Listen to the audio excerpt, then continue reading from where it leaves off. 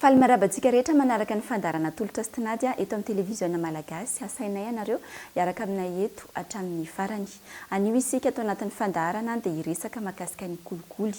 Asa raha fantatrao fa miisa 5 ireo rafim-panjakana natao hiady amin'ny kolikoly eto Madagasikara. Voalohany amin'izany dia ny CSI. Izy ireo dia mandrindra sy manao ny paikady pirenena hiadiana amin'ny kolikoly.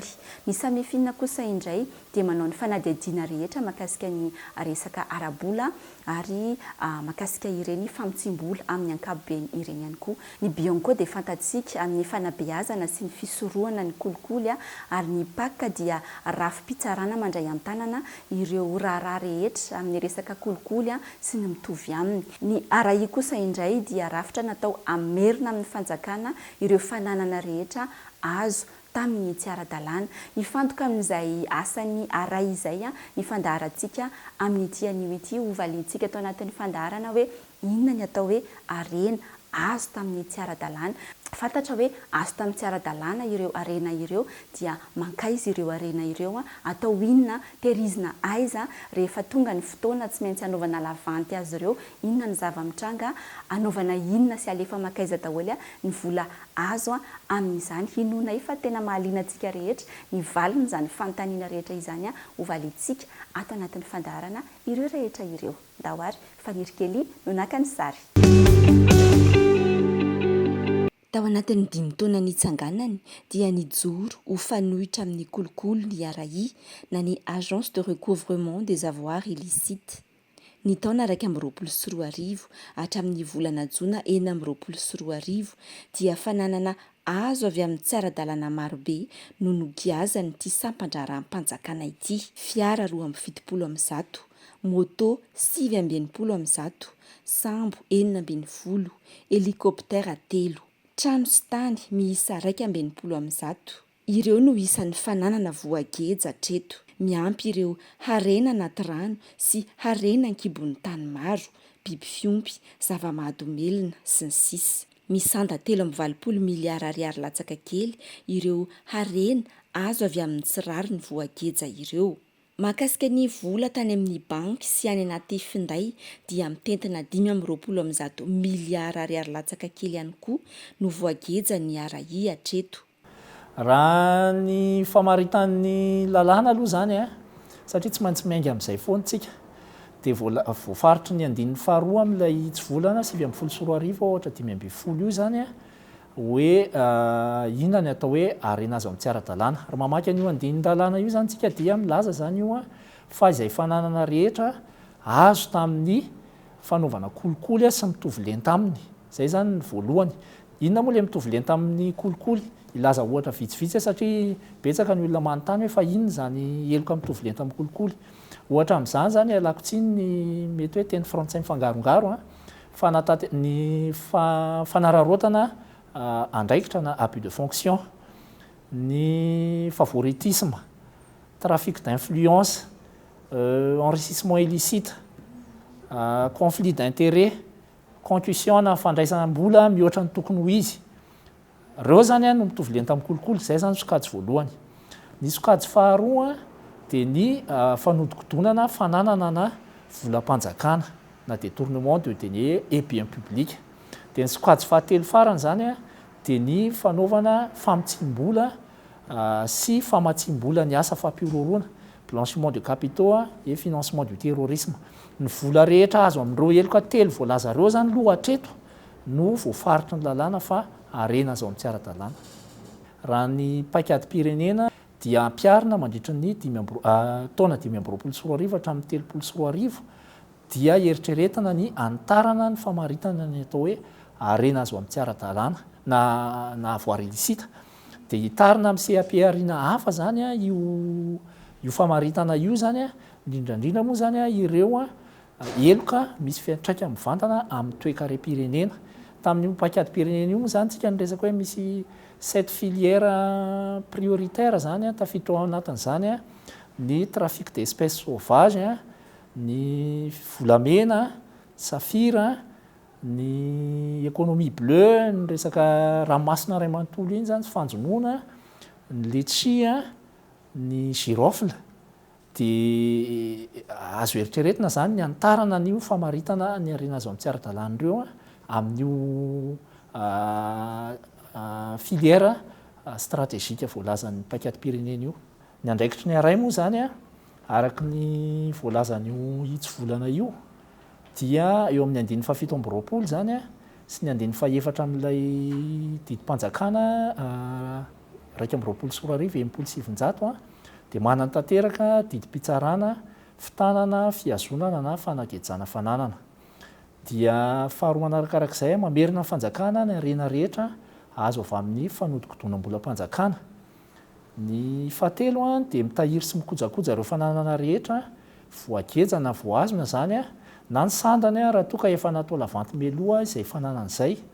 Ary ny fahaefatra farany dia mandrakitra ireo fananana ireo anaty rezistra manokana natao amin'izany. Zava-dehibe ny fisian'io rezistra io satria teo aloha zany miparitaka any amin'ireny sampandraram-pamanao fanotorana ireny zany ny fananana rehetra voageja zany dia tsy fantatra intsony hoe firy aiza ny misy azy natao inona. Fa rehefa mipetraka zany io rezistra io dia tokony mahafantatra tsika hoe ireto daholo ny fananana voageja eto Madagasikara dia atao inona izy ireo. Rehefa mahazo vaovao ny Arahi fa misy harena azo tamin'ny tsy ara-dalàna dia midina ifotony izy ireo ary giazana avy hatrany ireo harena ireo. Ny ataon'ny Arahi moa zany rehefa mivoaka zany didim-pitsarana mahakasika an'ireny fananana ireny dia midina eny an-toerana zany aloha mijery hoe inona daholo ilay fananana izay efa azo eo. Dia ireny zany afindra avy hatrany any anatin'ilay toby fitahirizana na site de conservation zany raha ohatra ka fiara izy na ohatr'izay. Ny ankoatran'izay zany dia raha ohatra izy ka hoe resaka tany dia mandeha manatona ny sampandraran'ny fananan-tany zany ny Arahi manoratra ny fisian'ny saisie zany amin'ireny fananana ireny dia mandrakitra izany rehetrarehetra izany eo anatin'ilay rezistra efa noteneniko teo dia raha ohatra misy fananana hafa mbola tsy hita dia anjaran'ny Arahi amin'izay zany no mikaroka an'ireny rehefa avy eo. Tsy voatery amidy ny fananana rehetrarehetra voazona aty amin'ny Arahi zany satria raha ny lalàna ny jerena dia ireo fananana mora simba na miembidy ihany zany no amidy mialohan'ny didiraikitra zany. Fa ny ohatra fiarakodia zao no tena betsaka namidin'ny Arahi. Faharoa ohatra hoe nisy teo zao concombre de mer produit périssable raha vao tara kely fotsiny ianao dia simba ilay izy dia ariana nefa tokony azo mifanjakana vola. Reny zany tsy maintsy tonga dia andraisana fepetra ny famarotana azy. Fa ny ankoatr'izay zany dia miandry didiraikitra isika vao mamaritra raha ohatra ka tsy maintsy amidy ilay izy. Raha ohatra moa zany satria fepetra vonjy maika ihany ny famarotana n'ireny fananana ireny mba hisorohana ny fihenam-bidy sy ny fandaniam-bola ataon'ny fanjakana amin'ny fitahirizana sy ny fikojakojana azy. Izay zany ny sorohana. Dia raha ohatra ilay olona ka ahafahan'ny fitsarana dia averina aminy ilay vola azo tamin'ilay lavanty natao iny satria anazy zany iny.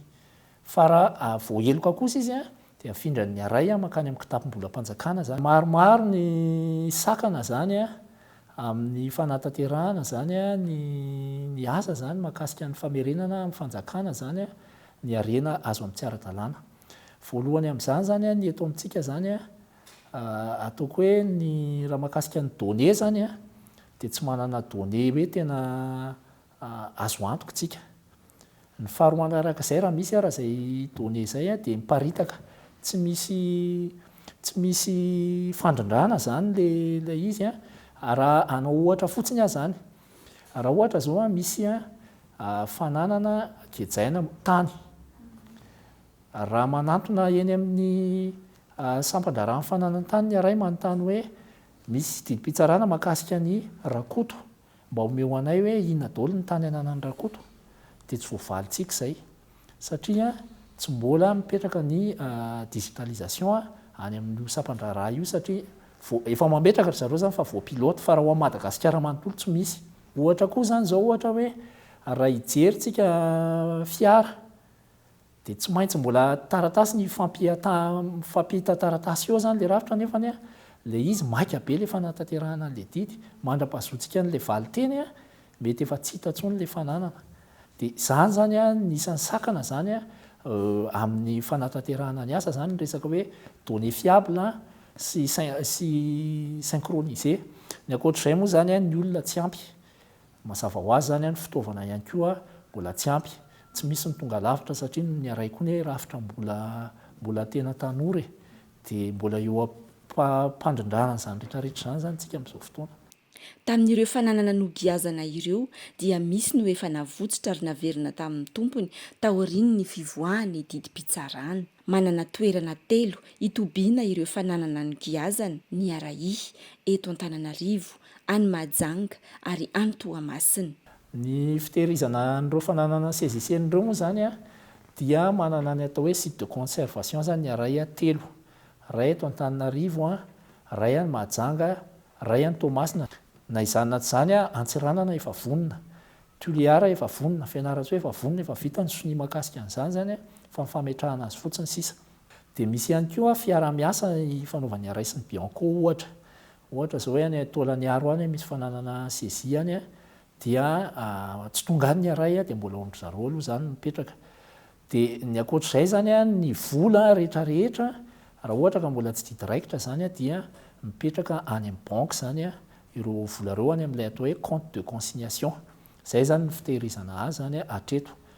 Tsy hoe tehiriziny eo maharitr'ela ireo fananana azo tamin'ny tsy ara-dalàna ireo fa hamidy mba tsy hampihenany sandany. Mikarakara lavanty in-3 isan-taona moa ny Arai iantsona ireo izay mpividy liana rehetra. Ny fanaovana lavanty moa zany a dia eo amin'ny 2 isan-taona eo zany ny Arai no manao lavanty. Tsy maintsy atambatra zany izy ireny satria mandany volam-panjakana koa ny organisation ireny lavanty ireny raha ohatra hoe atao matetika loatra satria misy vola tsy maintsy atokana ho amin'izany. Tsy maintsy tsika any am-piandohana zany a dia tsy maintsy manao publication zany ny Arai amin'ny alalan'ny gazety ohatra. Ho fantatry ny be sy ny maro a hoe misy lavanty atao satria ny lavanty atao amin'ny Arai zany a hifanatrehana, azo be sy ny maro hatrehana fa tsy soupli fermé. Faharoa manarakarak'izay a tsy maintsy ampahafantarina daholo amin'ny alalan'ny vady tany ny olona rehetra voakasiky ny didy fanaovana lavanty iny. Dia ampahafantarina ny tompony entana dia zany koa mandany vola. Dia tsy maintsy arindra zany a ny fanatanterahana an'izay pitsopitson'izay dia izay no mahatonga an'izy hoe alao atambatra ary indrindrandrindra rehefa maromaro ny entana amidy any dia betsaka koa ny olona voasarika.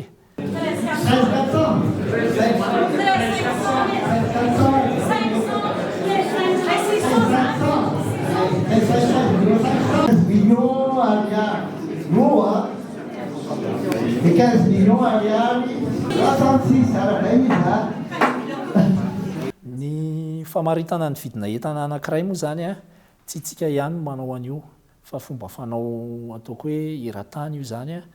Misy ny atao hoe évaluation zany a ataon'ny tompon'andraikitra atao amin'ny Arai.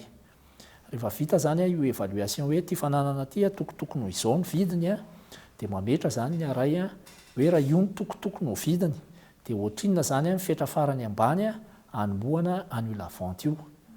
Dia ny tena mametra ny vidiny entana zany a dia ny fandraisana anjaran'ireo olona mividy izay mahasaham-bony satria rehefa mifanatrika eo dia misy mampakatra ny vidin'entana dia miakatra zany. Fa ny Arai tsy mametra vidin'entana zany fa mamaritra fotsiny hoe tia ny vidiny farany ambany atao amin'ilay izy. Manana paikady ahazahoana vaovao eny anivon'ny fiarahamonina sy eny amin'ny toeram-piasana rehetra eny ny Arai ahafantarana raha misy mangoro-karena tsy ara-dalàna.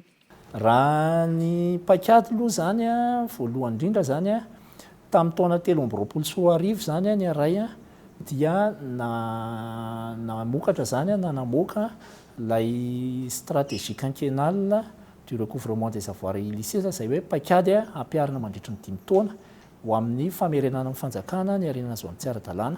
Izy io moa fiaraha-miasa antsika tamin'ny GIZ zany.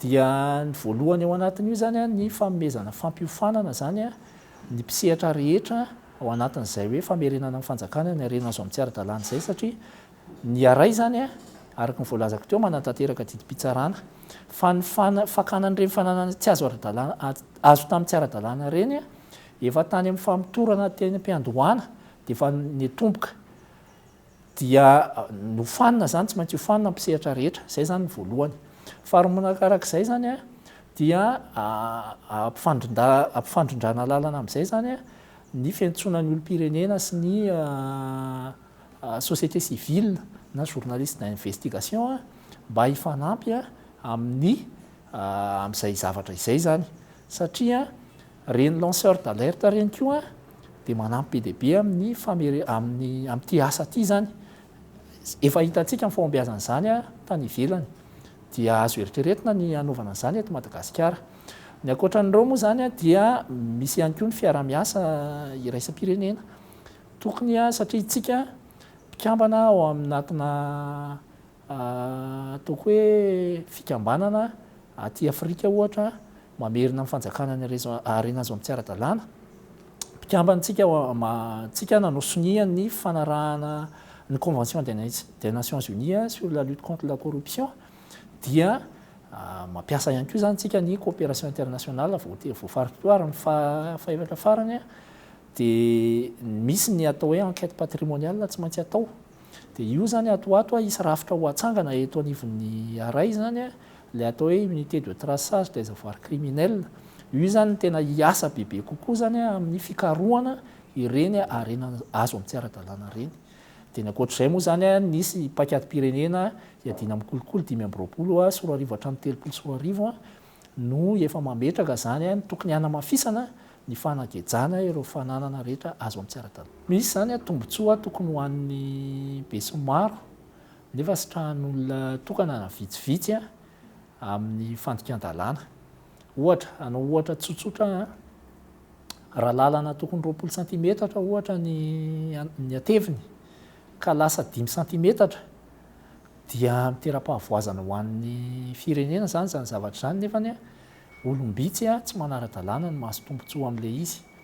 Reny harena azo amin'ny tsy ara-dalàna reny fantatsika fa fotsian'ilay olona mahazo azy reny fananana reny rehefa avy eo nanaovana blanchiment de capitaux zany fantatsika rehetra fa ny famitsim-bola dia misy fiantraikany ratsy amin'ny toe-karem-pirenena no sady manimba ny fifaninanana madio amin'ny fandraharana zay zany zao dia fiantraikany anankiray fa koa rehefa mba tafaverina amin'ny fanjakana zany reny harena azo amin'ny tsy ara-dalàna reny dia reny kosa zany no amatsiana ny projet de développement eto amintsika ohatra. Raha ataony salanisa dia avy amin'ny sehatra tsy miankina ny 7.900 ny ireo tratra manao kolikoly sy manangoka harena tsy ara-dalàna ny 1.30 kosa avy amin'ny raharaham-panjakana. Satria misy namana zany mitaraina hoe nareo mpiady amin'ny kolikoly ireo izay mpiasa-panjakana foana no enjehanareo. Raha ato anivon'ny aray zany rehefa mijery ny antotanisy tsika 7.900 ny olona voakasika na voakasika ny didim-pitsarana ampiarina eto amin'ny aray dia sehatra any amin'ny sehatra tsy miankina 7.900 zany hoe ny ray ampahatelo-ny olona voakasika ny raha ato amin'ny aray ihany zany no mpiasa-panjakana ray zay. Faharoa ny lalàna napetrakantsika tamin'ny 1940 dia mahakasika ny ady amin'ny kolikoly dia mety hoe mahatsiaro voatotohana manokana ny mpiasa-panjakana fa tsy mpiasa-panjakana irery any ny voakasika io satria ataoko hoe raha miresaka kolikoly tsika misy mpamome dia misy mpandray. Raha iresaka trafic d'influence tsika dia misy olona mahazo tombontsoa amin'ireny fanaovana trafic d'influence na abus de fonction reny olon-tsotra tsy ny mpiasa-panjakana irery ary indrindrandrindra le hoe tsy mahazo manan-karena ve zany mpiasa-panjakana tena mahazo manan-karena fa manan-karena amin'ny fomba madio satria rehefa jerena tokoa mampanontany tena ihany hoe tompon'andraikitra izay fantatra ny tokony fidiram-bola ny ara-dalàna nefa tsy dia tena mifandraika amin'izay ny fananany azo atao tsara manan-karena fa kosa amin'ny fomba madio. Ankoatra ny RAI moa dia misy ihany koa ny sampandrarahampanjakana efatra hafa miady amin'ny kolikoly eto Madagasikara ary mifameno ny asan'izy ireo. Ny tsara ho fantatra zany dia tsy maintsy miainga amin'ny lalàna foantsika.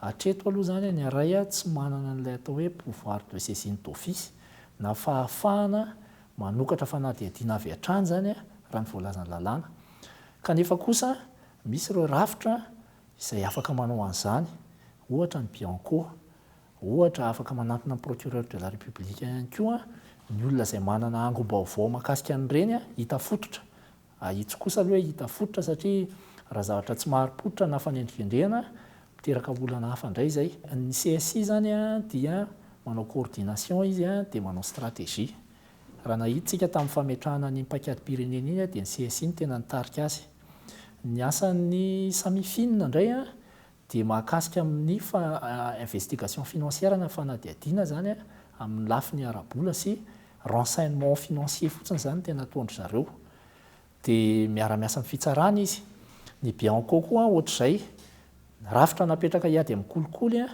manao prévention ry zareo a dia manao éducation izy a dia manao investigation dia akoatran'izay zany a ny PAC na ny pôle anticorruption ny fitsarana manokana napetraka teto amin'ny firenena zany a hitsara ny trangana kolikoly sy izay rehetra mitovy aminy dia ny farany zany a ny aray a izay a natao amerina amin'ny fanjakana zany a ireo arena rehetra azo amin'ny tsy ara-dalàna zany hoe misy fifandraisany daholo zany ireo rafitra ireo marina fa tsy dia tena mazava ny an-tsain'ny olona hoe nareo ve zany inona ny tena ataonareo fa izay nyteneniko izay a miara-miasa ireo a dia efa manana ny anjara tandrify azy a manandrify azy ny tsirairay avy araka ny tatitry ny transparency internationale tamin'ny taona 2024 dia 26% na 4% amin'ny zato ny naotiny Madagasikara amin'ny kolikoly naoty tena ambony amin'ny fanaovana kolikoly tsy resaka politika pirenena fotsiny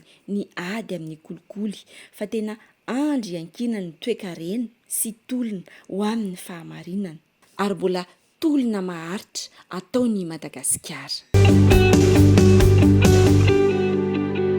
Inona fanalianantsika rehetra ny mahakasika izay hoe harena azo tamin'ny tsy ara-dalàna izay tato anatin'ny fandarana tamin'ity anio ity inona fanalianantsika izany ary nandraisantsika lesona nandraisantsika fampianarana nahafantarantsika zavatra maro ihany koa ireo rehetra nozaraina tato anatin'ny tolotra sy tinady tamin'ity androany ity ankasitrahantsika rehetra niaraka tamin'ny teto hatramin'ny farany amin'ny heriny anio dia loha hevitra hafa indray no resahantsika mandra-piona.